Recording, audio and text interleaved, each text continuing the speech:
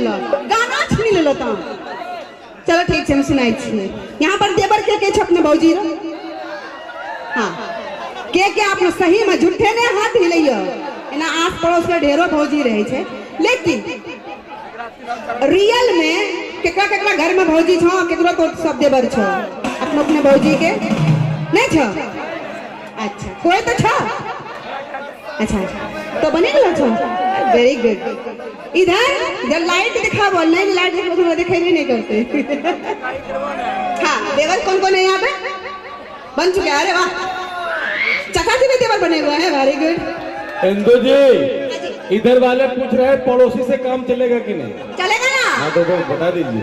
होली है भाई, होली है। बुरा शादी हो गई, अब मुझे कमाना चाहिए। तो पहले लोग ज्यादातर ना हरियाणा जाते थे कमाने के लिए। कहाँ?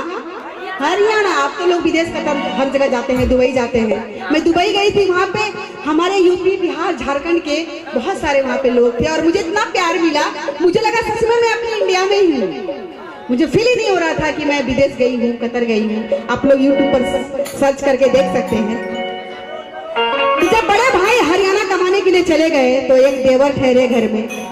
अब देवर की देखिए जो क्वालिटी है ना, कई तरह की होती है ना।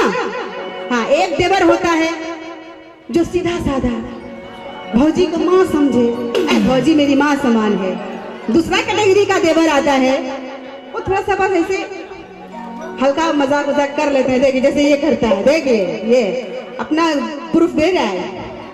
तीसरा देवर जो आता है वो कुछ ज्यादा ही भाभी से मनचले टाइप का मजाक करते हैं, है ना।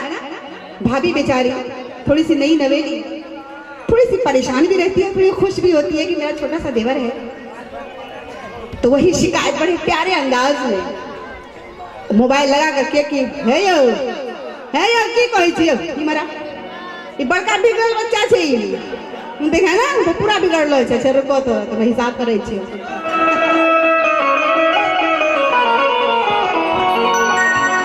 तो भौजी मतलब भाभी अपने पति से मोबाइल के माध्यम से क्या शिकायत करती है बड़े प्यारे अंदाज में। और कहना क्या सर, आप लोग भी ध्यान देंगे। इधर देवर बन चुके हैं ना?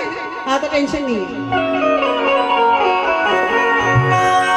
जब से सैया गैला हरियाणा, अन्न पानी भावत नहीं खे, ढूके नहीं खाना, छोड़ के गैला पहाड़वा पलंग जी, लाइन में रहला हदवरवा पलंग जी, लाइन में रहला हदवरवा पलंग जी, लाइन में रहला हदवरवा पलंग जी, लाइन में रहला हदवरवा पलंग जी।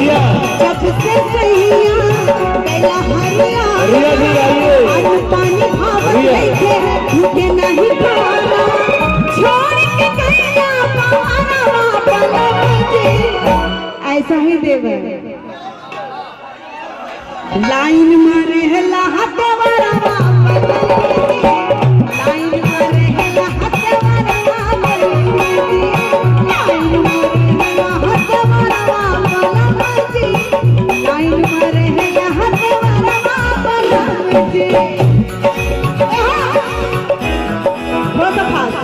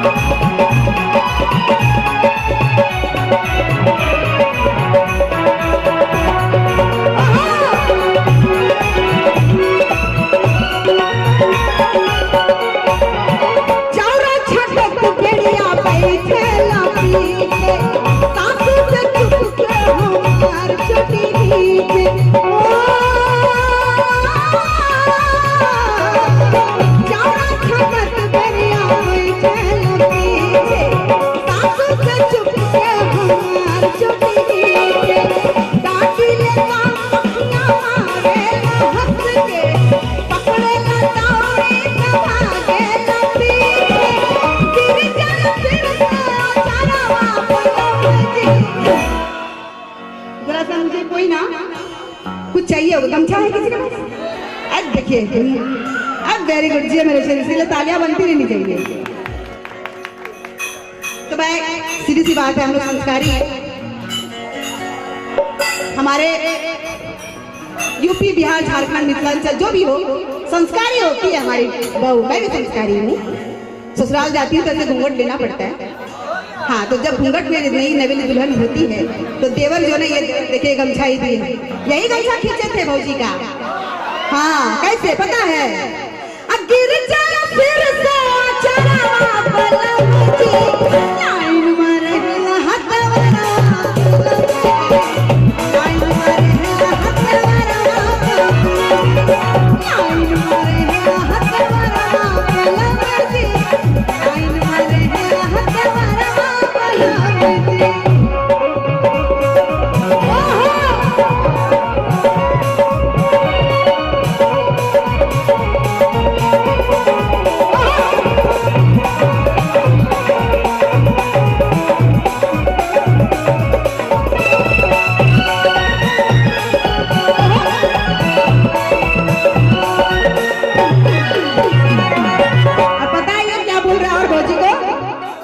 बोलिए क्या क्या बोला? हाँ, कहेला हमरा के संग में बैठाला, पूरा न भेजा भौजी घर में बोलाला। कहेला हमरा के संग में बैठाला, पूरा न भेजा भौजी घर में बोलाला। धक धक छतिया हमार पिया धड़ के, जल्दी से आवा घरे कोनो गाड़ी चढ़ के, नाक ठेकाएगा नहीं खानवा पलंग के। भौजी परेशान, बहुत परेशान, क्योंकि होली भी नजदीक, तो भौजी और परेशान हो गई कि अगर आप नहीं आएंगे ना तो होली में तो बस मुझे रंग पे सराबोर कर देंगे सब कोई, है ना। इधर तो कोई होली ऐसा खेते नाली में कुदा दे देगा, सड़ा हुआ कीचड़ में। हाँ, मनचला देवर। हाँ, अन्नाटा भेजाएगा नहीं हवा पलंग की, लाइन मारे है हथवरा पलंग की, लाइन मारे है हथवरा पलंग की। जब से सैया कैला हरियाणा, अन्न पानी भावत नहीं थे, भूखे नहीं